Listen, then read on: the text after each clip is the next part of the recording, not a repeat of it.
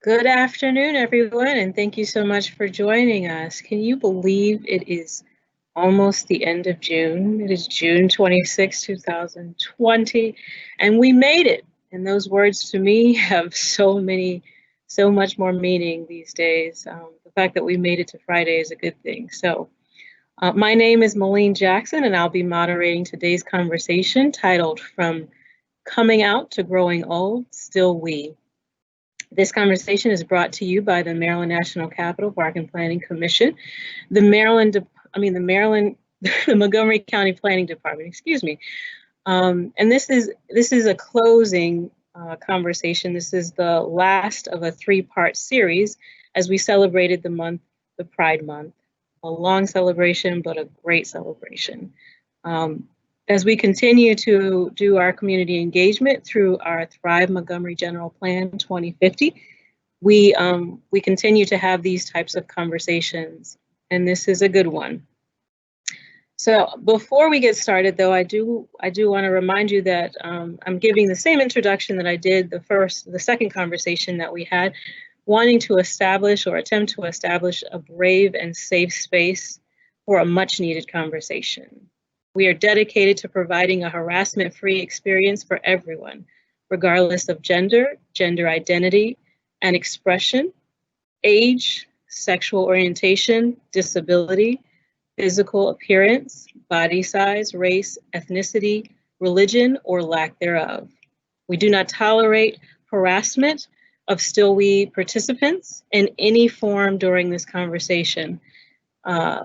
Or within the chat boxes or within the questions, social media during and after this presentation. We encourage you to participate, and we encourage you to use people's preferred pronouns as we will go through the panelists. And when you're introducing yourself, please say your preferred pronouns. For those who are participating, we encourage you to use those preferred pronouns. If you are being harassed or you feel that someone else is being harassed, you are more than welcome to send me a personal email, private email. And I'm also going to just copy this statement here, and it's going to go into the Q&A right now. So you should see my email address in the Q&A. I'll also remind you and give you some guidance on how to use the Q&A. Before we get started, I want to take a moment of silence for the grief that we are all experiencing. In this moment of peace, we ask that you set your intentions on positive energy and projecting more mindfulness and empathy as a member of the human race.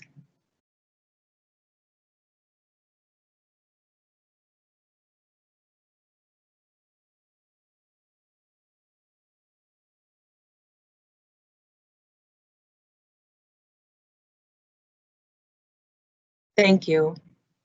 I'm delighted to welcome back our newest Planning Board Commissioner, Partap Verna. And in a minute, he'll kick off this great conversation. But beforehand, I just want to give you some tips on how to participate. When you are not speaking, we ask that you mute yourself. But when you are speaking, we hope that you feel comfortable showing your face.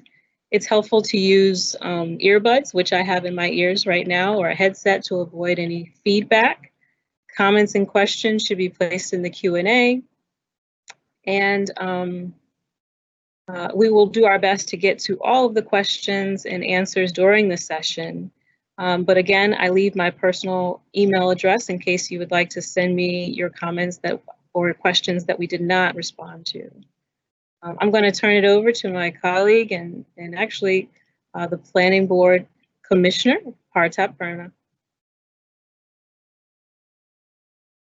Well, good afternoon, everybody, and happy Friday.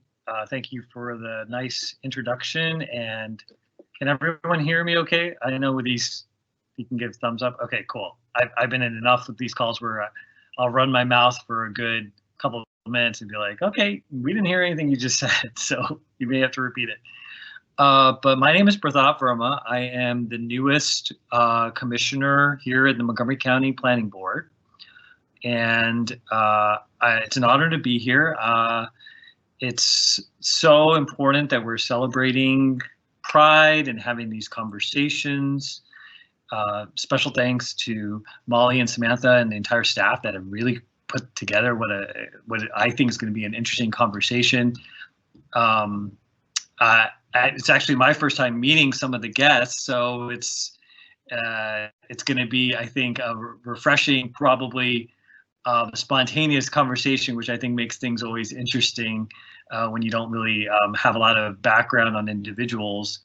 But I am the first openly gay commissioner in the planning board. I say openly gay because I want to respect the fact that we've had a planning board for a long time, and I'm sure there were individuals who were serving that may have been a part of our community and didn't feel comfortable speaking out. And so I think that's also something that we should be a little bit aware of when we are making proclamations of advancement, which we should all be happy about, but nevertheless, sometimes advancements were made, but you didn't really know about it. So I grew up here locally. I am a Washingtonian. I was born in the district. My father immigrated here from India in the 1960s, did his PhD at Ohio State, moved to DC, and was a professor at Howard University teaching biochemistry. And I grew up partially in Prince George's County and in Montgomery County, so I've had a bi-county experience, which is kind of cool because we're a bi-county commission, right? And so to have that diverse experience, I understand Prince George's and I understand Montgomery. I went to high school. I went to elementary, middle school in Prince George's and high school in Montgomery County, and been living here for a while. And my husband and I, we have 3 kids, twins that are 1 year old and a 5-year-old, which is all very challenging during COVID-19. And I'm just happy to be here. I'm glad that we're able to share our stories. I'm really interested in this topic, and I don't want to belabor my introduction. I think everyone's anxious to get this conversation started. So great to be here. Thanks again for the opportunity, and go for it, Molly. Do your magic. Thank you so much, Commissioner Verma. I just want to also tell you that we talked beforehand, and I'm going to include you in on some of these panel discussions because, again, you joined our second conversation, and I feel like you have a place on this panel as well, so we might as well use you. So I hope that you will stick around and that you field questions along with our great panel that we have. And speaking of which, I will get started with their introductions. We welcome Aaron Tax, who grew up in the suburbs of Philadelphia, but has lived in Washington, D.C. for 22 years. He graduated from Cornell University and George Washington University with a degree in law with honors. As the Director of Advocacy for SAGE, he has been that for 9 years. He advocates for LGBT inclusive federal aging policies that account for unique needs of LGBT older adults. After 5 years, Aaron served as the Legal Director of Service Members Legal Defense Network, SLDN, the leading organization challenging Don't Ask, Don't Tell, in Congress and in the courts. He has took a multifaceted approach to advancing the civil rights of LGBT service members through law, policy, outreach, and education. SLDN, which I will remind you again, is the Service Member Legal Defense Network, is the only organization providing free legal services to service members impacted by Don't Ask, Don't Tell, and related forms of discrimination, including those that are HIV positive and/or transgender. Aaron also spent 3 years working for the Department of Army in the Office of EEO and Civil Rights. His preferred pronouns are he and him. Welcome, Connor Hagel. and I hope I'm pronouncing your last name correctly. Thank you. He grew up in the suburbs of New Jersey, so two city boys actually, but has lived in the DMV specifically. Well, he now lives in Tacoma Park, but lived in the DMV for about 3.5 years. He newly moved to Tacoma Park, so for those of you who are living there, look out for him and welcome him with open arms. Connor works for Smile as the LGBT service navigator on the MoCo Reconnect program. And it's for teens that are 16, well, teens and young adults that are 16 to 24 years old. Connor works with LGBT youth experiencing homelessness and helping to eliminate barriers for job entry and pursuing higher education goals. He will also be working with the county schools and service providers to provide sensitive and competency when working with LGBT youth. Connor has a degree in forensic psychology and spent 8 years working for Ally For Me Center. You'll probably have to correct me, I apologize, Connor. An organization serving homeless LGBT youth in New York City. Connor has also worked at the DC Downtown Day Service Center as a case manager, helping consumers locate housing, obtain benefits and identification documents, and more. His preferred pronouns are he and him. And last but definitely not least, welcome Cheryl Whalen. I apologize. She actually grew up in rural Oklahoma and works remotely from St. Louis, Missouri, and has worked there for lived and worked there for 25 years. She earned a master's of social work from Brown School of Social Work, Washington University in St. Louis, and has over 20 years of professional experience in the field of education, disability, LGBT, older adults advocacy. Cheryl is the Director of National Education Incentive as of 2015, where she directs the operations programs such as Sage Care and the National Resource Center on the LGBT aging. Cheryl began work with Sage at the local level in 2008, founding the Sage affiliate in St. Louis, Missouri, and became a certified trainer with Sage in 2011. Prior to joining Sage at the national level, she successfully led the merger of Sage and St. Louis, and with the Missouri State Equality Organization Promo Fund. The majority of Cheryl's work with area and statewide agencies thinking about how they can be more inclusive in their planning and services to LGBT adults. Her preferred pronouns are she, her, and they. Welcome, everyone. Thank you so much.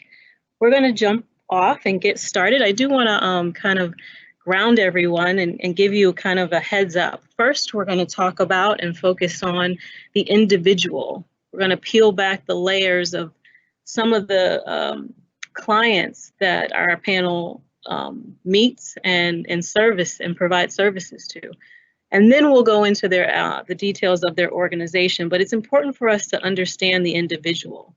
And with that being said, my first topic, or the first discussion topic, is that of bisexual representation, pansexual. I've heard the term used. I want to talk about how individuals in this category feel. Well, there's a lot of myths and stereotypes about transgender and non-bisexual references.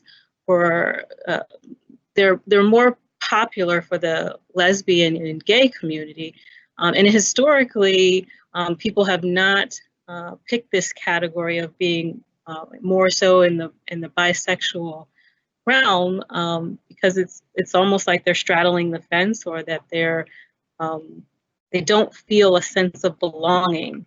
And many of our youth and seniors are heavy in the bisexual realm. So I wanted to ask Erin first, what are your thoughts around bisexuality, and how can we make them feel more included in the community?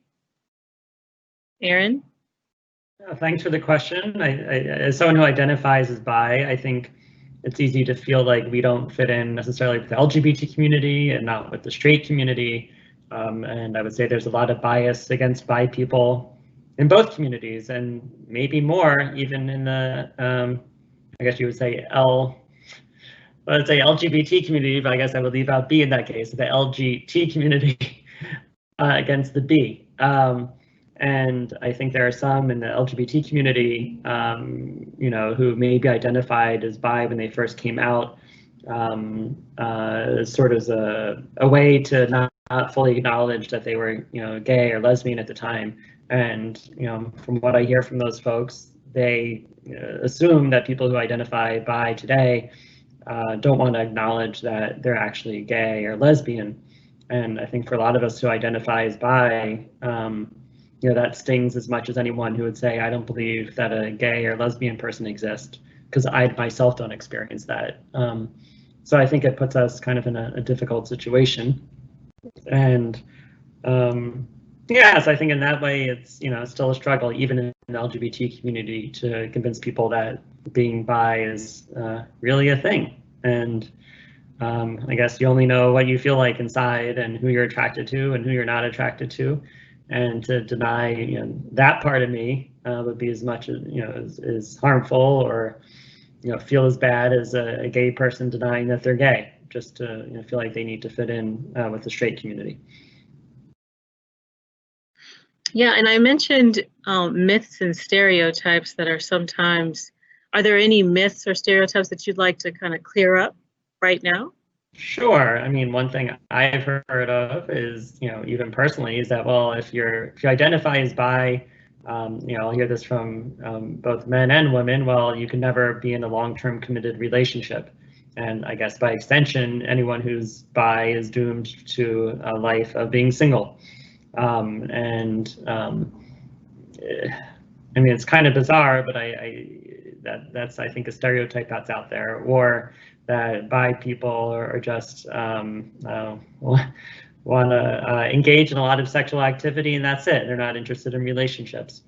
And again, I think it's kind of strange because a lot of those myths and stereotypes come from the LGBT community itself.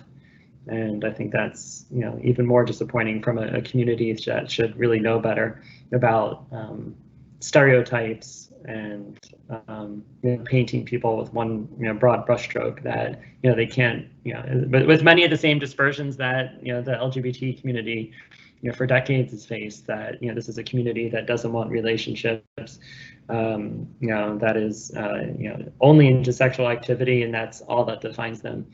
And I think those unfortunately those stereotypes are very much still alive today. I think the one positive thing I would point out is, as you pointed out in your introduction, a lot of younger people today identify as bi or pan, which I maybe mistakenly I believe it's it's essentially the same thing. It's someone who doesn't fit into the extremes of only being attracted to men or only being attracted to women, but they're somewhere on that spectrum.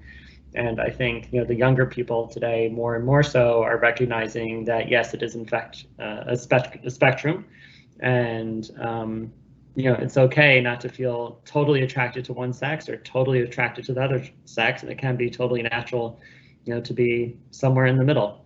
And I think the good news is, much like with other things in our society, with acceptance of LGBT people as a whole, that the younger people are going to be leading the way in understanding on this topic. Thank you. I think Partap, did you want to comment on pansexual or bisexual representation? Yeah, I just wanted to share some of my own experiences. I think, like was being discussed by Aaron, I think, I definitely went through that process of stating that I was bisexual, and then my husband was also in that way, but it was because we're in a heteronormative kind of society where that seemed like a adequate kind of transition. but it has harmed, I think, the overall perception of bisexuality and sexuality in general, which is a continuum. And I think labels have empowered us because it's given us identity and representation, but it also sometimes will limit people because sexuality changes for people. It changes over time. Many people are completely happy being married to one gender, and then they will 20 years later say, you know what, I don't feel like I want to be with this person anymore. Or they want to change their own identity or gender. So I think it's really important to recognize that there's such a tremendous amount of diversity that as much as we try to capture it all in a few letters or acronym, it's really a panacopia of just different kinds of people. And the more we come to grips with that, the less we have to like kind of put these labels on people and then force individuals to kind of explain who they are. So that's just a comment that I wanted to make. Thank you, Commissioner Barma. I'm going to also kind of pitch this one to Connor because the term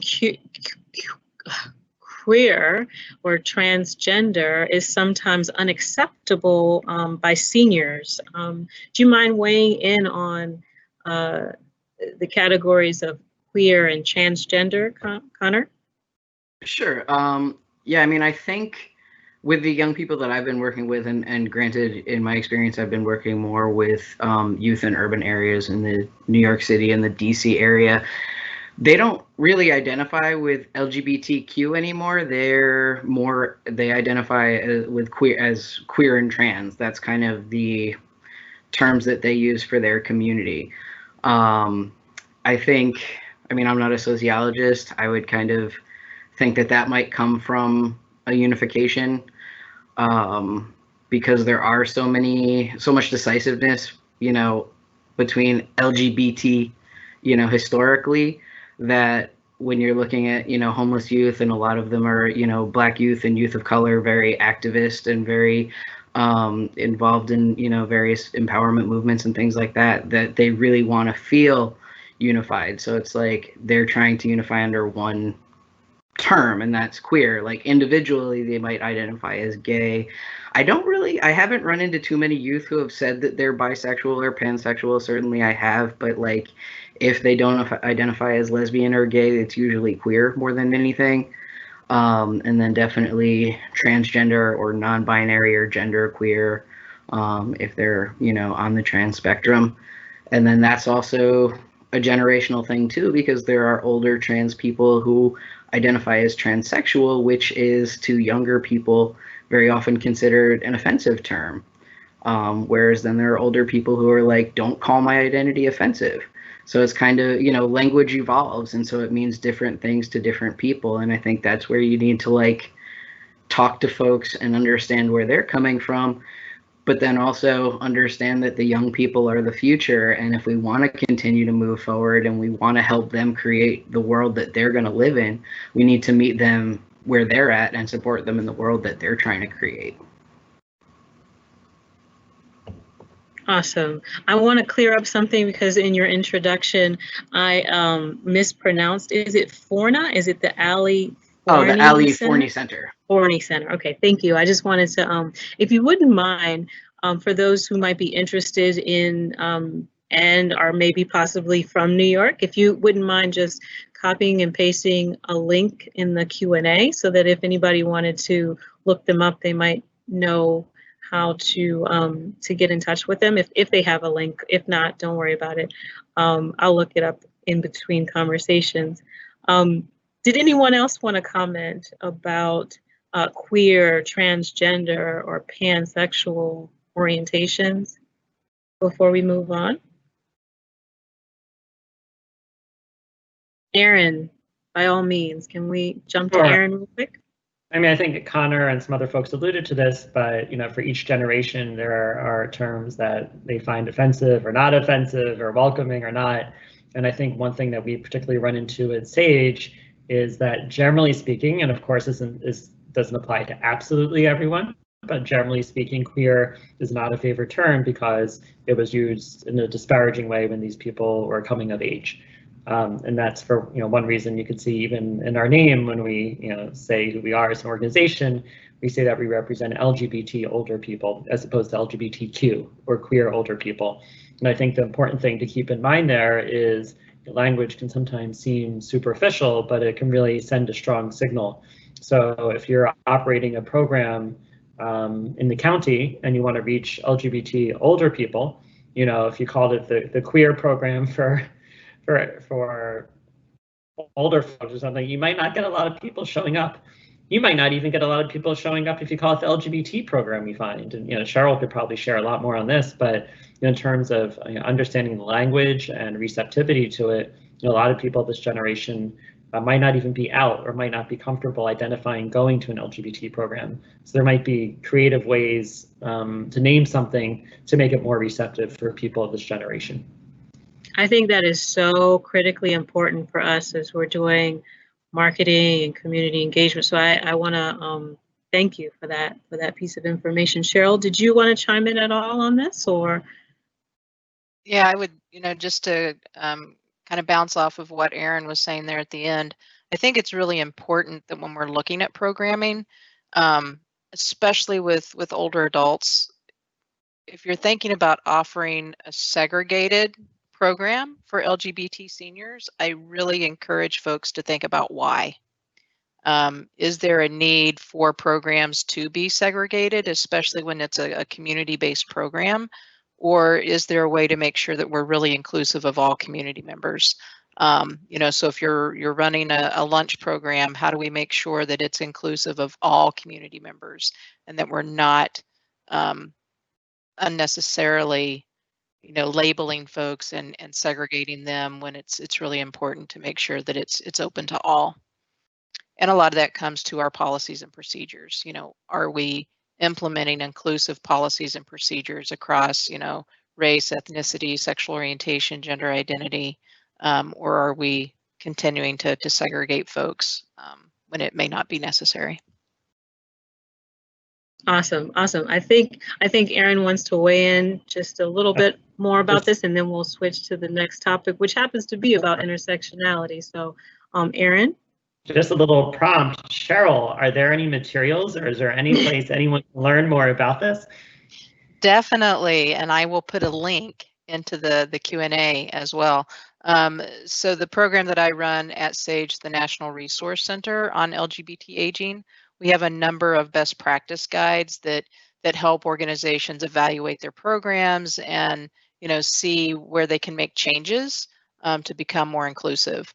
And so I'll put a link actually to those guides, and we have some specifically on planning that really help you look at best practices and policies and procedures that can be changed and updated. Thank you for that prompt there, Aaron.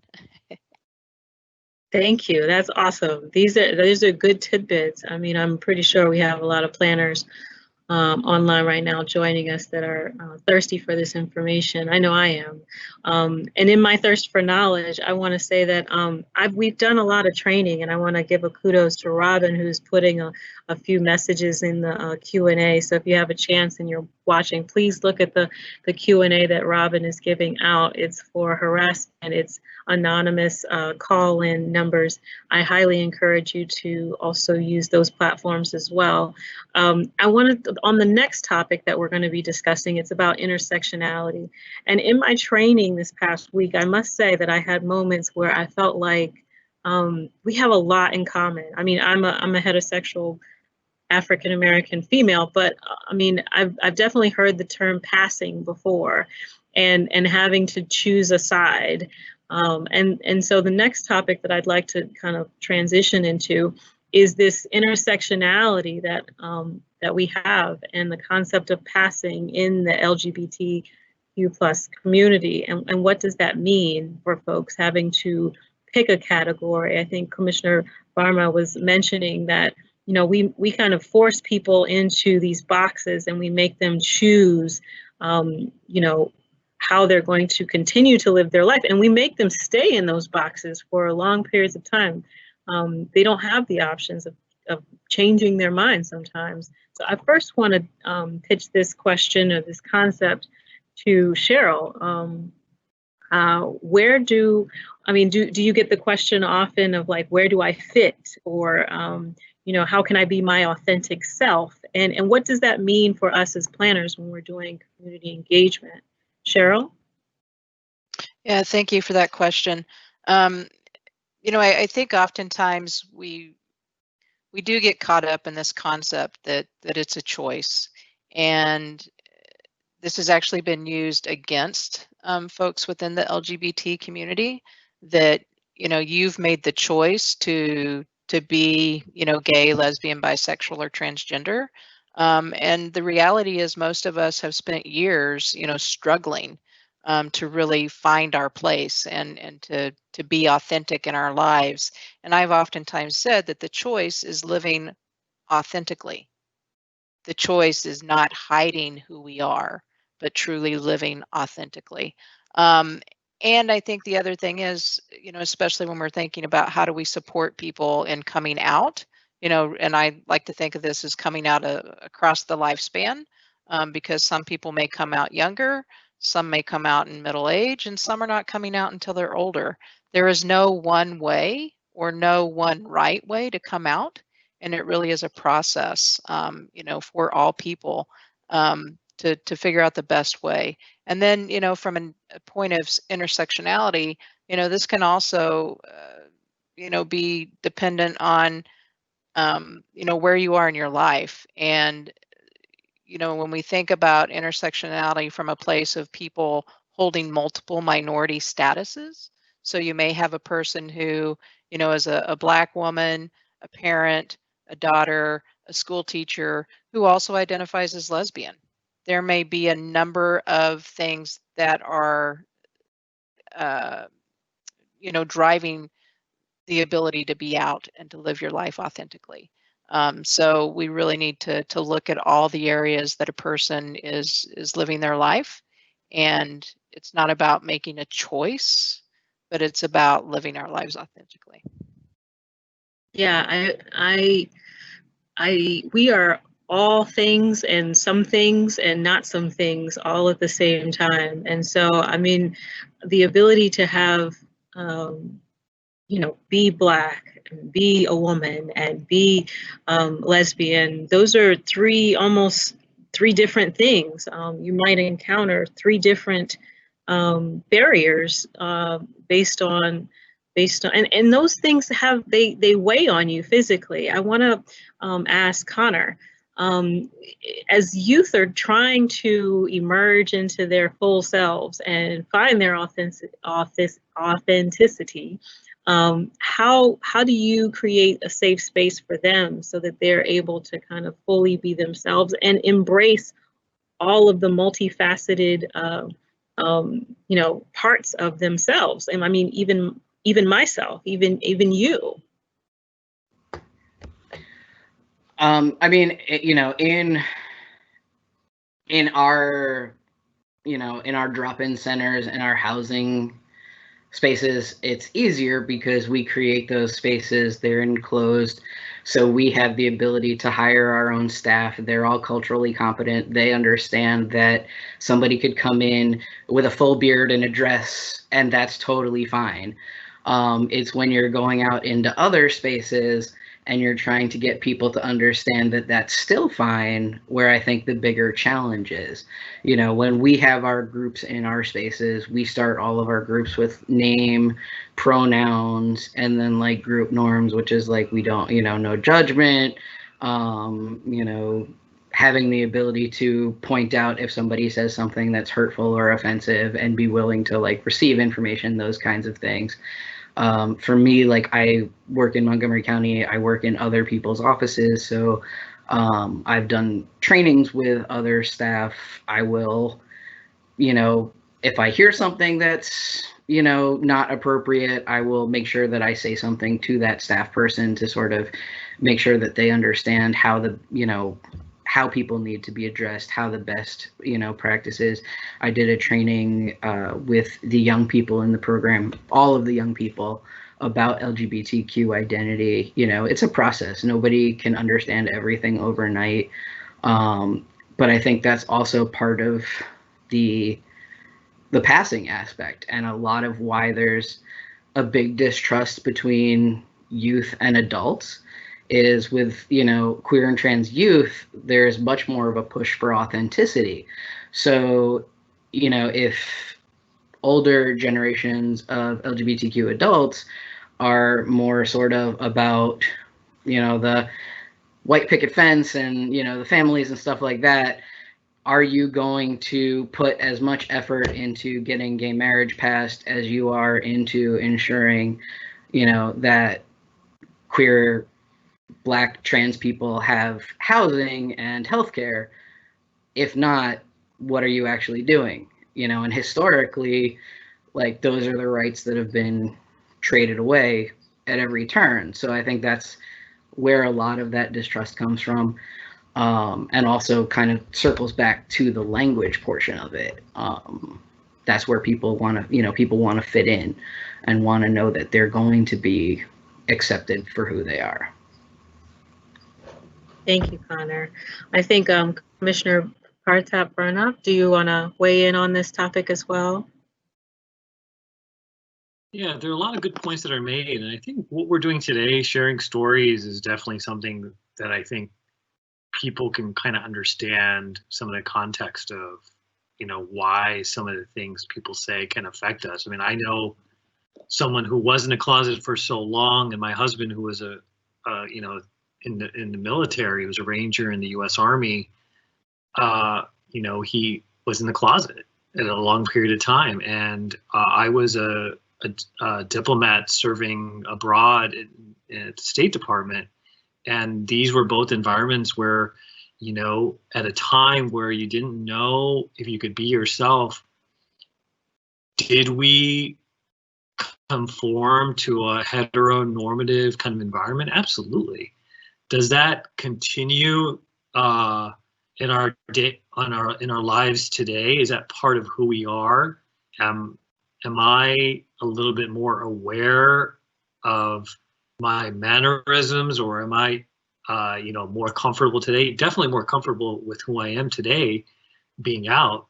But there's a part of that that always sticks with you, and so I think sharing that story with people, sharing your experiences, why you know you may be a certain way, or encouraging people to just be yourself, is so important. And I think, you know, as someone who's, you know, I'm 42 years old today, the challenges that my husband and I experienced hopefully won't happen going forward, because there is a more of a societal acceptance.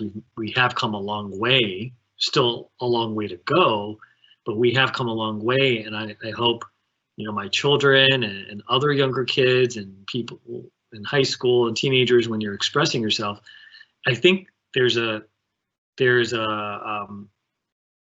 stigma out there. And so I think some of these stories need to be shared so people can understand why there is so much diversity within our communities. And sometimes people don't understand the kind of experiences that led to what they're seeing on the external side.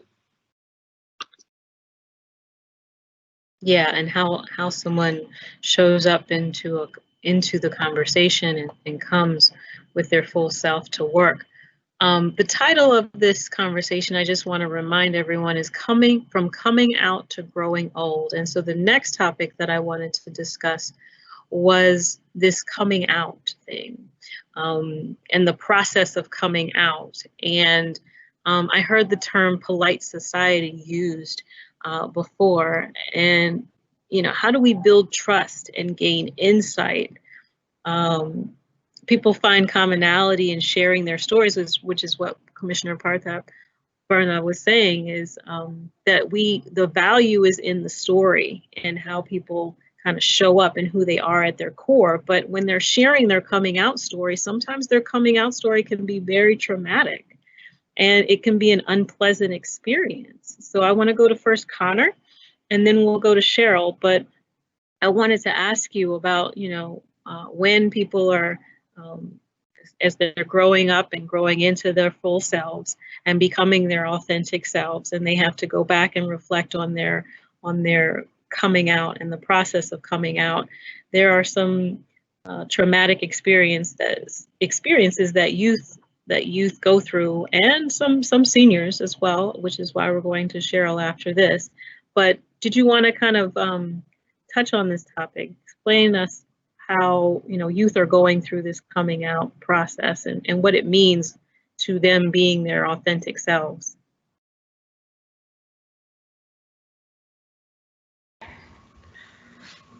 I mean, I think that's like such a complicated question because, however many people there are coming out is how many coming out experiences there are, and multiple, because a lot of people come out many times. I have come out multiple times. I think, if somebody is making the choice to come out to you, it's rarely easy. It is a big show of trust. And kind of the important thing is to listen, to not put yourself in their story, like, oh wow, if I had to do that, I don't know what I would have done, or to say, I never would have suspected that you were this or that, or you seem so whatever. To just sort of listen, to thank them, to ask what sort of support you can give them, and just sort of hear their story. And I think the more, with any sort of identity, the more we understand people and the more we hear people's stories, the better understanding we have of the world and the more our compassion grows. So I think just like listening and taking it to heart is the biggest thing. And Cheryl, so, some people have to relocate to different, some people have to relocate to different, from a small town to a more urbanized or a more progressive city. And I'm asking you, given maybe some of your personal experience growing up in rural Oklahoma, if you wouldn't share some insights on, having to relocate. I'm not saying that was what you had to go through personally, but there are people who have to move away from their hometowns, and that's traumatic in and of itself. Yeah, and I think again, I think sometimes this can also get wrapped up in a stereotype that for many LGBT folks, we've heard that the only way to be in a relationship and to be authentic if we live in rural communities is that we may need to leave our hometowns. But we also know that there's a lot of LGBT older folks and young people living in very rural, isolated, communities. And oftentimes they have experienced a great amount of support, from those communities. But there is also that need sometimes to move away in order to find LGBT inclusive services. So, I think again, it's a very individual basis, and also the acceptance of individual communities and what that may be like for folks. But when a person does feel like they may need to leave for whatever the reason is, that can mean, leaving family and friends, which is the real support network that they've had throughout their lives. And this can be a very isolating experience for folks because then they may not have those typical caregiving structures that we find in other types of situations where a person is living, where the rest of their family is and their friends are. So that's oftentimes a concern, for older adults. And I think the other thing I'd like to say about coming out for older folks is, we've seen some people who, may have, because of the heteronormative society that we've lived in, that they felt, a need to get married and to have a family. And it may be that only after the children have left home or their spouse, their same or opposite sex spouse has passed away, that they finally feel like they're able to come out. And so, we see a lot of folks who are coming out in later life. And that can also, be very challenging for folks as they try to establish an LGBT support system when they've come out later in life. So that's something that we, sometimes experience with our older adults. And then Connor mentioned, the coming out more than once. For many of us, coming out is a thing that we do on a daily basis, because you're always having to think about, who am I meeting today? And is this a safe space for me to come out in? And do I need to come out? And so we're oftentimes, having to constantly weigh our safety over the need to be authentic.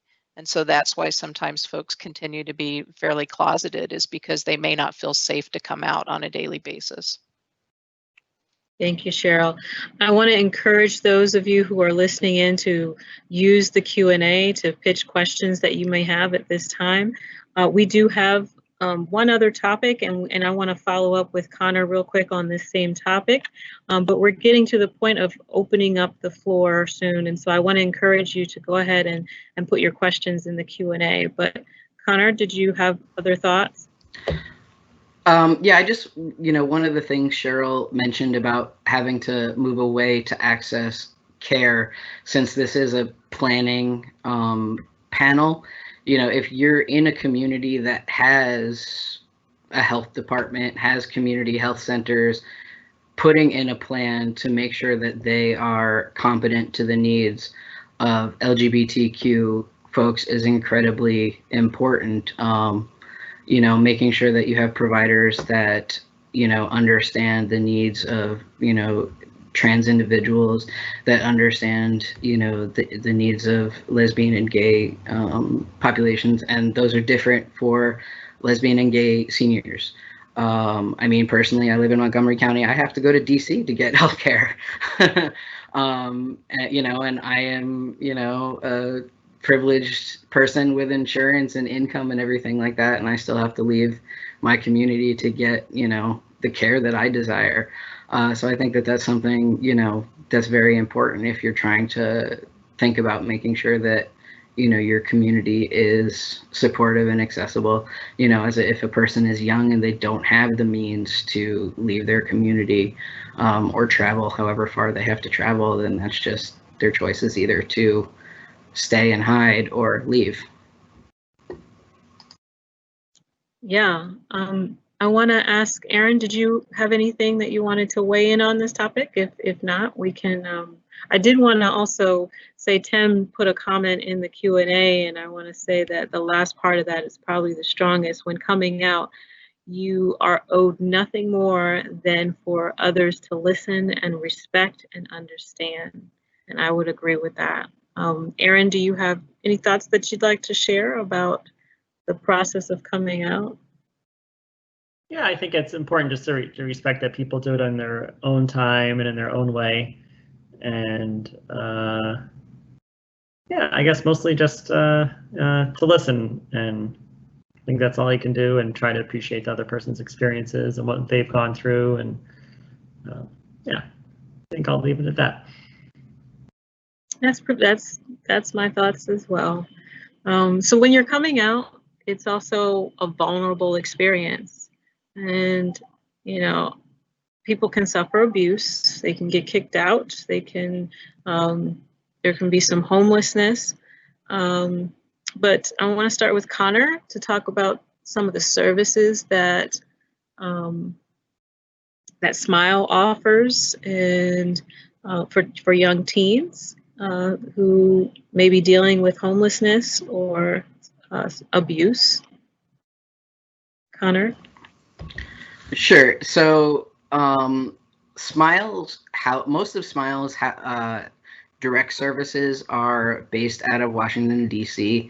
Our housing program is for DC residents, DC youth. Me working in Montgomery County, if I encounter youth in Montgomery County experiencing homelessness, then I have to refer them to Montgomery County's housing services. We have a drop-in program in DC, which is open to all youth in the DMV. Obviously, being in DC, most of our youth come from DC.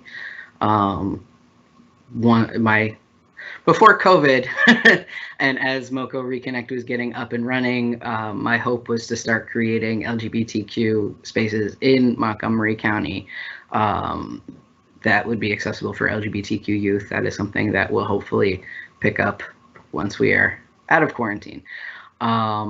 We work with other youth housing providers in DC because we have transitional housing, then there are youth emergency housing programs in DC. We have a program, usually it's activist camp, where we actually would take youth away for several days and do a lot of workshops on, how to start grassroots movements and things like that. This year we're actually doing an online summit next month, which will be full of workshops for youth activists completely free. We have case management services available, crisis services available. We do a lot of work with the gender and sexuality alliances in schools throughout the DC area, DC, Maryland, and Virginia, actually.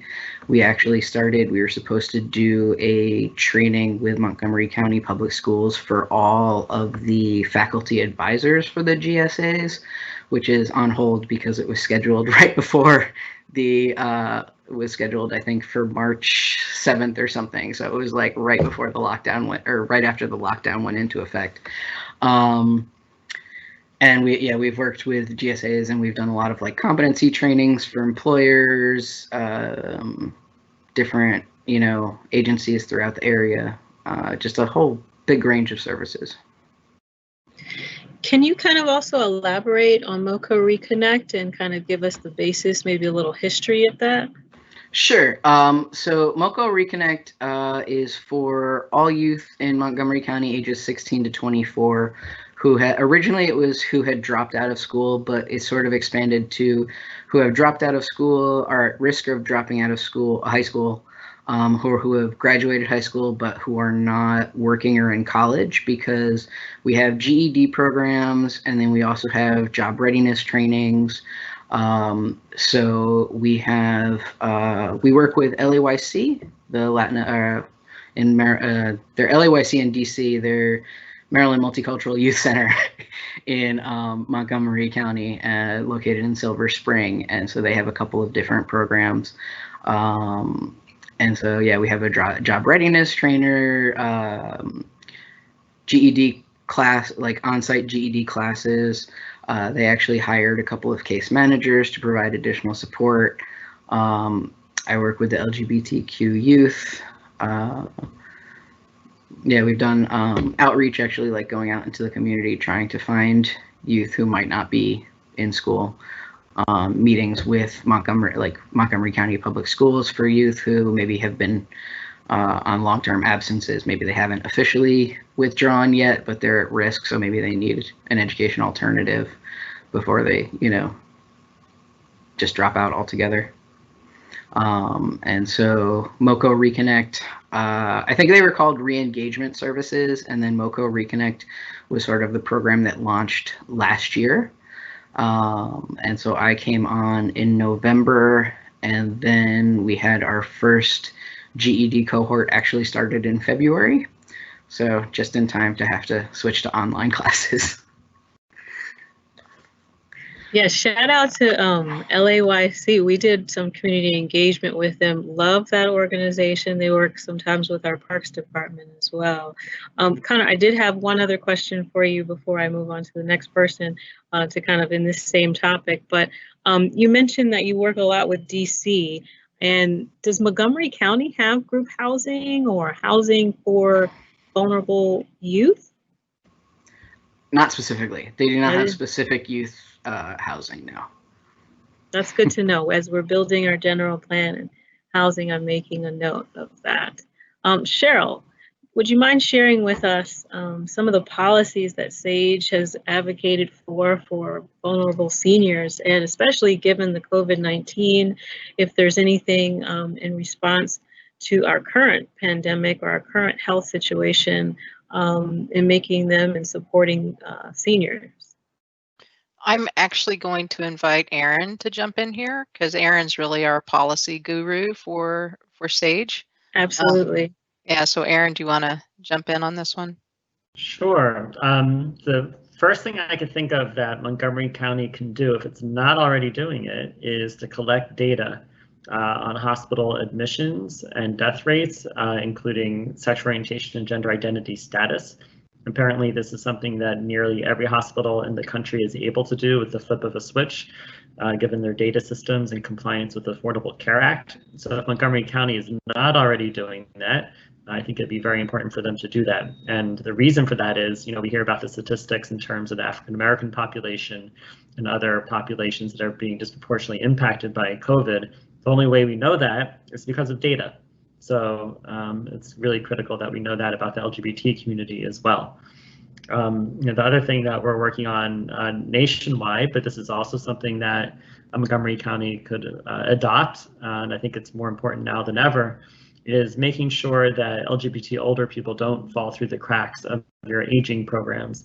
And the best way we have found to address that is by designating LGBT older people, as well as older people living with HIV, as target populations under the Older Americans Act, so-called greatest populations of greatest social need.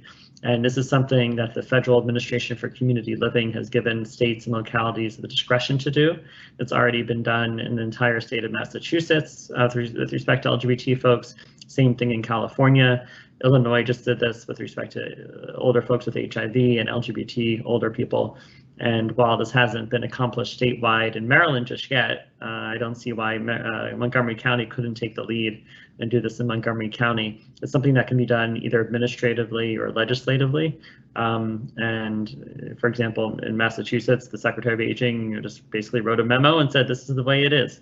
So it's something that's fairly easy to do and can make a big impact in ensuring that LGBT older people in your community get the services and supports they need, particularly during a pandemic.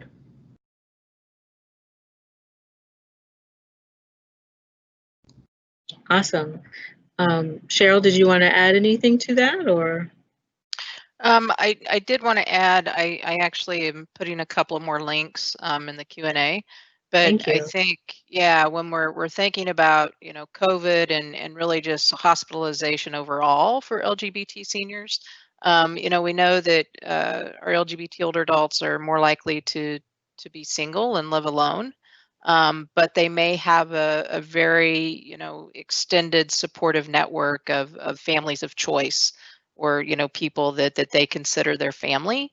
And so from a planning aspect, from a healthcare aspect, we really encourage folks to look at your policies around, visitation, around, supporting people to make sure that they have their durable powers of attorney, that they have somebody named as their healthcare surrogate. And to honor that. It may not be a next of kin. It may be, an ex-partner or, their best friend for 30 years. So to really be open to who it is that older adult is saying, this is the person that's here to make decisions for me. We have some of those resources on the LGBT Aging Center in our caregiving section. That folks can use in their planning and supporting of caregivers and older adults. Thank you to both of you, because I see a question in the Q&A about what type of books, podcasts, films, stories, well, and to anybody who wants to weigh in. I do know that Connor, you want to continue to talk about this one topic, but I just wanted to throw that out there for specific to this issue of isolation and collection of data, and because our next topic is about collection of data, both hard and soft. But are there any books or podcasts that you would recommend to anyone listening?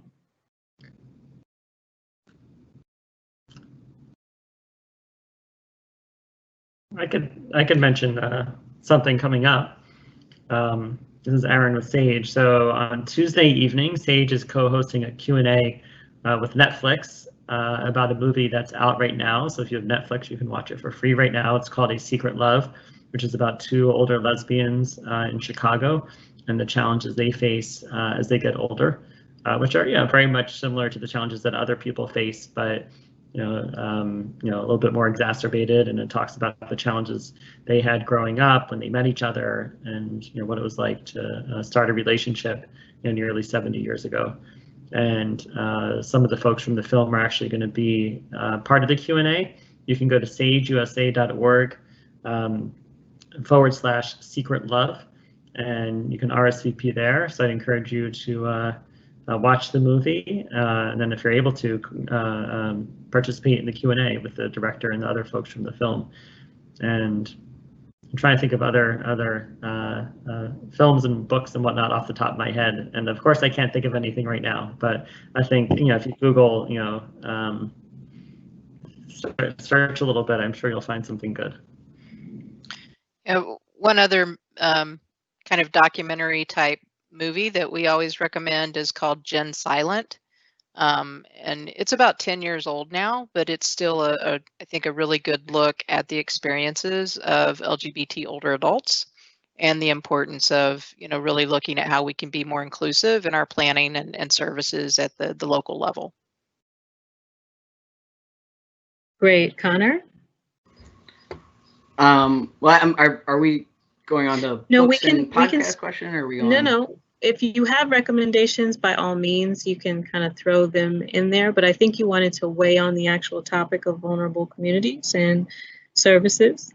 Yeah, well, just kind of piggybacking, since we started talking about isolation, transportation is a huge problem, especially for, I know it from like a disability. I had a roommate who is disabled, and I imagine for a lot of seniors, they also would be considered disabled. And since affordable housing tends to be further away from accessible transit, and they have to take the Metro Access transit, it takes forever. There are so many stops that what should be a 45-minute trip can take 3 hours. And so a lot of times they just choose not to go anywhere because it's just not, you can't plan on getting anywhere on time, or the thought of the trip is more exhausting than the actual joy of, however long you would actually get to see people. And I know that the further out county you go, the harder it is to find good transportation to begin with. So I think trying to, plan around better ways to make transportation more accessible, and especially taking into consideration folks with disabilities and folks who have limited access to transportation is really important from a planning perspective. Yeah, and we have lots of data on transportation. I'm not sure that we have data related to certain communities, but that might be something to further our efforts. I do want to go to Partap now to weigh in on this topic as well. Did you have thoughts? No, I totally agree. And, this is a good segue to what we're trying to do in Montgomery County and our general plan, as well as looking at, for instance, we're working on the Silver Spring plan right now, and recognizing that we do need to be planning our communities for people to age in place, and to also have additional affordable options near transit.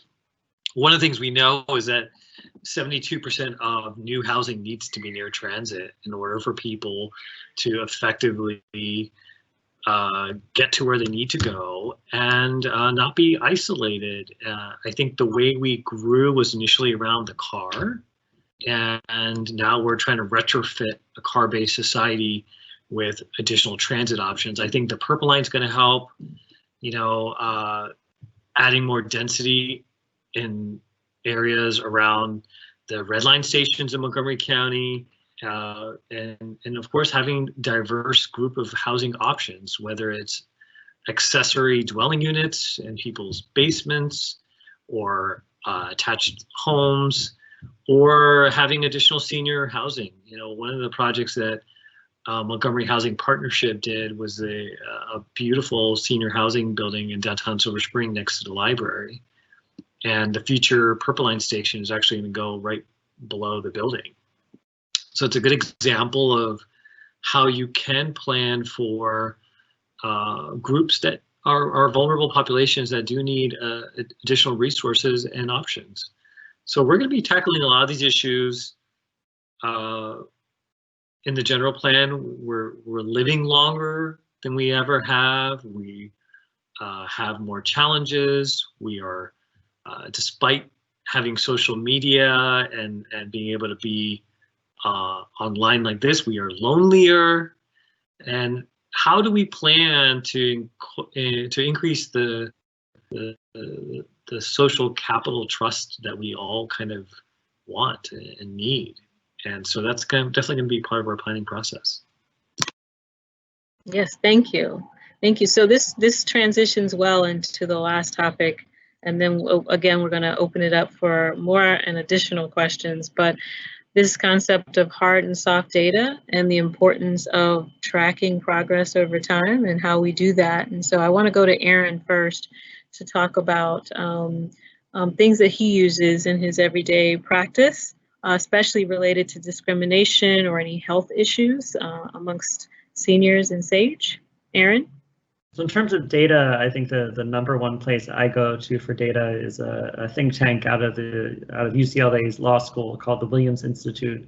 And I think, we're in this perpetual, I don't know if you call it a catch-22, but it's a challenge because, for example, we're all undertaking the census right now for 2020. And there was an expectation that LGBT folks might be included in the 2020 census. But the Trump administration put the kibosh on that. So now it's not until the earliest of 2030 when we're going to have a national count of LGBT folks. And we saw that early on in the Trump administration. Again, there's the National Survey of Older Americans Act participants, which measures the efficacy of the Older Americans Act in meeting the needs of the most vulnerable people in our country. And there again, proactively, the Trump administration took out an LGBT demographic question. So I think this is a challenge we're seeing across the board. Is we know there are challenges within the LGBT community. We hear about the anecdotal stories. There is some amount of data.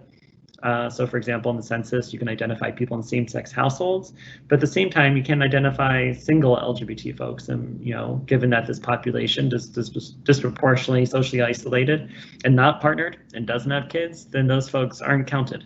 So we can piece together some amounts of data.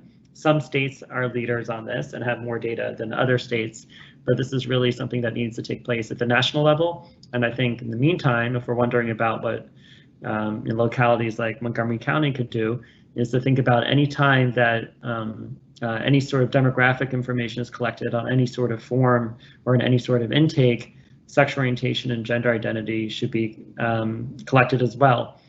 And the important thing to note is I know we again have a wonderful resource guide on this. The Williams Institute and other were in SAGE, and anyone I think working in the space is happy to consult on this. But when you do it, you want to do it right and you want to do it well. And by right, I mean, you don't want to just say, are you LGBT? There are more artful and better ways to ask that question, particularly with respect to transgender folks, to make sure you get an accurate answer. And you also want training. So to the extent people are going to be asking these questions, you don't want someone to look at someone like a guy who looks like super butch and masculine to be like, oh, you're not gay, are you? Someone who identifies as gay in that situation might not be inclined to say, yeah, I'm gay. So you need training too. And I think all of this doesn't necessarily have to be expensive or complicated to implement. There are plenty of resources out there. There's no need to reinvent the wheel. And lastly, I'll add on the subject, we do hear some pushback where people are very concerned about asking people about their sexual orientation or gender identity. But in fact, if these questions are asked in a respectful way, people more often than not welcome those questions because they want to be seen and they want to be heard and they want to know that the system is working for them. So, I think, one of the points I've heard on this is people are more quote unquote offended or more put off by being asked about their income than being asked about their sexual orientation or gender identity. So I think it's something that's important to do and important to do it well. And, with that, then we can learn more about the needs of this community and how to better meet those needs. Yeah, I think, to your point of income over gender. I mean, we are conditioned to answer that question anyway. It's just not as thorough as what you're saying, and giving people more options to choose from besides male or female. As far as the gender is concerned, sexual orientation, maybe not so much, but I mean, we evolve over time. I do want to pitch this question to Connor as well, because I know I learned about at the last conversation about Grindr and Her, and I know that my teenage boys, they're always on social media. Social media is a thing. So there was a question at the last conversation about how we could possibly use social media, and if there's any ethical ramifications behind possibly using social media as an avenue to collect data. I don't know if you want to weigh in the legal aspect of it or the ethical side of things, but what you're seeing in terms of our youth population and social media apps that they're more drawn to. Feel free to comment on that. So, I mean, definitely we at Smile do a lot with social media as far as promotion, outreach, things like that, because, you know, that is where youth, you know, where they are, what they're doing. We have talked about doing kind of like, as we've shifted to doing online programs during COVID, about the possibility of putting like surveys out about what youth want. I don't know. I mean, I'm not a, you know, research specialist or anything like that. I would be hesitant to like put a whole lot of trust in a poll that was solely conducted through social media. I think you can certainly conduct, like, promote polls and surveys through social media, but then they would be through some other platform where there was some way to sort of, even if they were anonymous, sort of track who was answering them. That being said, there is an incredible lack of data regarding LGBTQ youth in Montgomery County. When I started this position, like, I kept asking, like, how many youth are we talking about? Where are they? And like, nobody had any answers. Like, there's no real data about it. There was, there's like a homeless youth count that happens in Montgomery County. I think it's happened for the last couple of years. This year it was essentially canceled because of COVID. But it's still sort of getting off of its feet. I don't feel it gives a really great representation of what the homeless youth count actually looks like in Montgomery County, because it's such a large county and so spread out. The thing with doing, you know, with homeless populations is they tend to congregate in certain places, and until you find those places and you build a certain degree of trust, nobody's going to talk to you. Like, outreach is a skill set, and, you know, and a community bond, for lack of a better word. And so I think in order to get this kind of data, I think we need to start with some sort of, you know, community center. We're actually Montgomery County Collaboration Council, who runs MoCo Reconnect, is going to be getting a youth drop-in center. They're in the process of identifying a spot, and then, you know, they have to renovate it, and COVID has to, you know, pass and everything like that. And then, you know, that will be hopefully a place where youth will start feeling comfortable to go, and we can start building up those bonds of trust and finding out where those areas of need are, so that we can start identifying those target populations and actually start to get that target data. Because you know, when I see, like, I attend the Montgomery County ICH, Interagency Commission on Homelessness, meetings and stuff like that, and as somebody who's, you know, been in homeless services for 10 years, I'm very skeptical about some of the data that I see, and just from what I see, you know, when I go around the county and stuff like that. And so I think there's a lot of work to be done, and I think it starts with, you know, figuring out ways to build up trust in those communities. I totally agree. There's a question about parks here. So I'm going to actually pitch this question to Commissioner Varma about, you know, what should the Parks Department be doing to be more inclusive? What would you recommend? Sure. Well, you know, we are trying to make sure that we are having as much representation as possible, especially as part of the planning process. And Molly, you know, you and I recently had a conversation about, you know, the council passed a racial equity and social justice bill that is designed to infuse equity issues into the planning process. And I've been appointed to be that representative, and I'm hoping that as a member of the community that I will be able to provide some input on some of these issues. But simultaneously, to answer the question, I think we are trying to advocate for a diverse group of community members to be part of the process. That kind of transition hasn't happened as much as we would like, but we are moving in that direction. I think the hardest part is to get people in general to participate, and you know, with everything that's going on.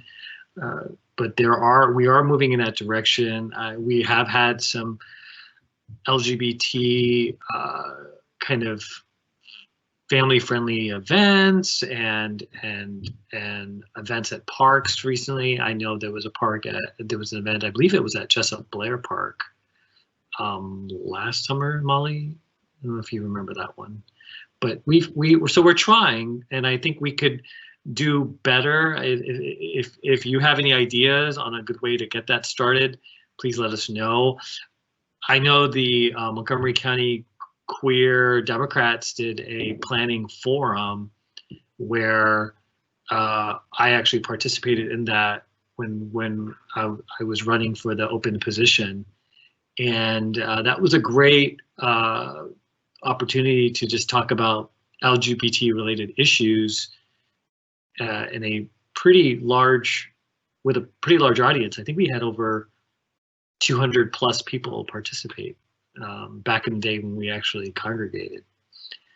So I think it would be great for us to coordinate with groups to have that conversation. And, you know, we're obviously speaking to community members here. And so maybe one of the follow-ups from this conversation is that we can think about and strategize. And Molly, maybe you could help facilitate that. How can we ensure that we do have more LGBT community members at the table? Absolutely. Connor wanted to weigh in on this same topic. Connor?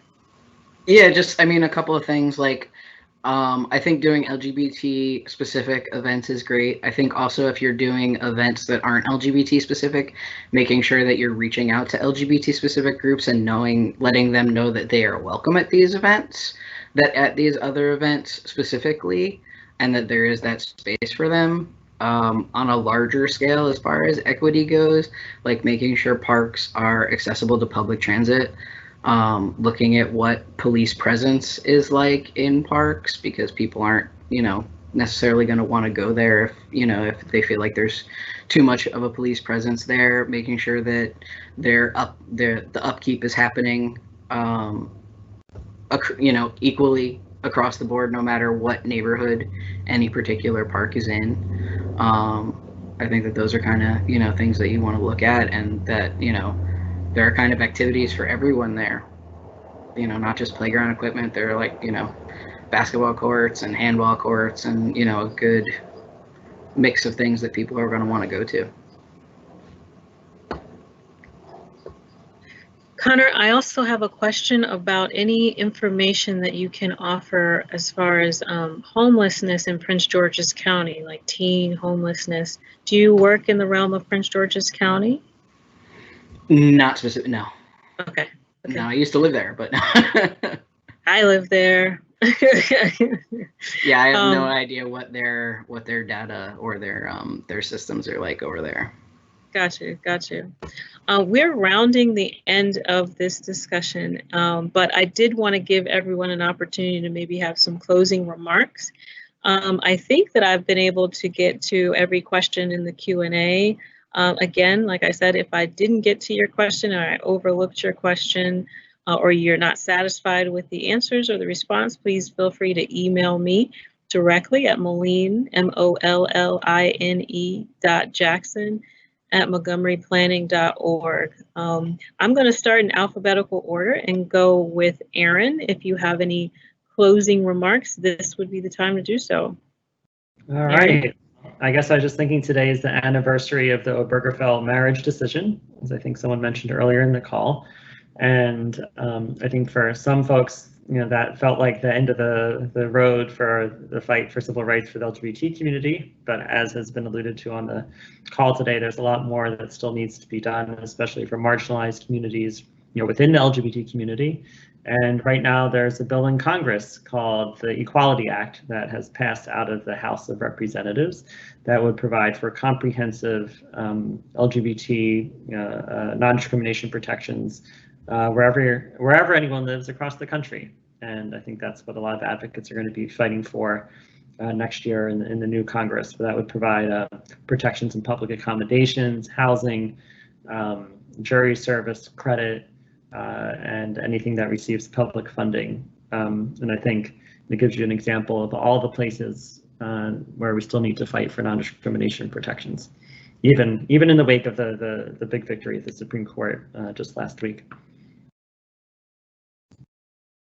Awesome. Connor? I think that, just when you're thinking about planning your community, I think that a good measure of a community is how we support our most vulnerable and our most in need. And so, are you willing to put resources toward people? Are you willing to, give up a certain degree of your own comfort so that your neighbors don't have to go somewhere else? And if that, that's, I think, really important to think about, and listening to the voices of the people about what they actually want and what they actually need, instead of thinking that you know better than they do. People tend to discount what youth are talking about when they say that what they want and what they need, especially as adults working with them, that we think that we know better than they do, but nobody actually knows what they need more than they do in that moment.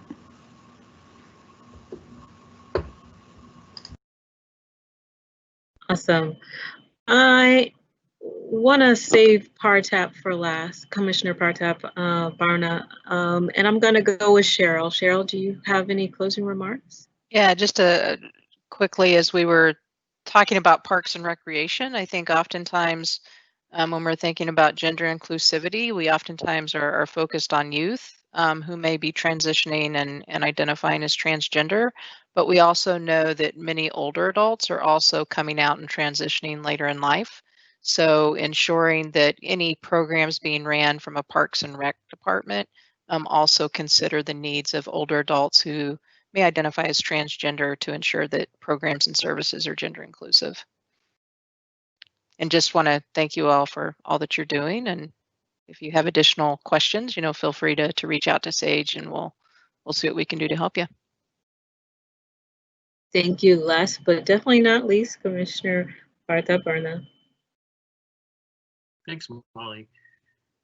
I think the events of the last few months and just better understanding of, as Connor put, really looking at our most vulnerable populations, and how do we look at planning and the resources that we have, particularly in this county, to make sure that Montgomery County is actually walking the walk. And I think one of the challenges we have in this county is that we are the first ones to wave our liberal, progressive, even rainbow flag. But when it comes to making those tough decisions, and I shouldn't even call them tough, the reality is they should be easier decisions, but they're tough decisions because there are a lot of people that oppose what should otherwise be very easy kind of decision making when it comes to having more affordable housing options, recognizing that there are populations that need additional help. But there are people that need to start to look at am I looking at the broader picture, or am I just trying to preserve life as I know it or as I feel comfortable today? And I am trying to, in my capacity as commissioner, to be a little bit more provocative and ask those questions. Because I think if we don't do that, the status quo will remain and people will continue to just suffer. What we're seeing today, and with the anger that is occurring in our country, is the result of a system that has been broken for so many years. And it starts at the fundamental level of, do we have adequate housing and resources for people who need it the most? And so I hope this conversation really provided a good background for some of the challenges we face as a community. And I really hope that we're able to start the conversation on how to make progress in that arena.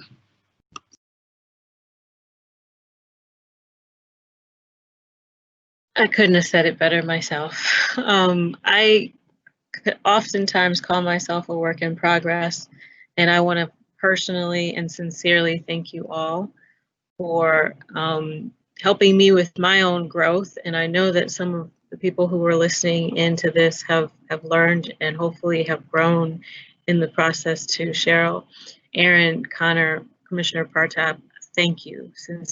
Sincerely and seriously, thank you for your time. And I also want to say thank you to the village that stands with me, in tandem with me, which Brian, Samantha, Jesse Cohen, Gwen Wright, thank you so much for making this possible and for giving us this platform. Shannon and Dominique, we thank you very much for making this possible. And with that, I want to say enjoy your weekend and happy Friday, and so glad that you guys are still with us. Continue to be with us, continue to have these conversations. Have a good weekend. Bye.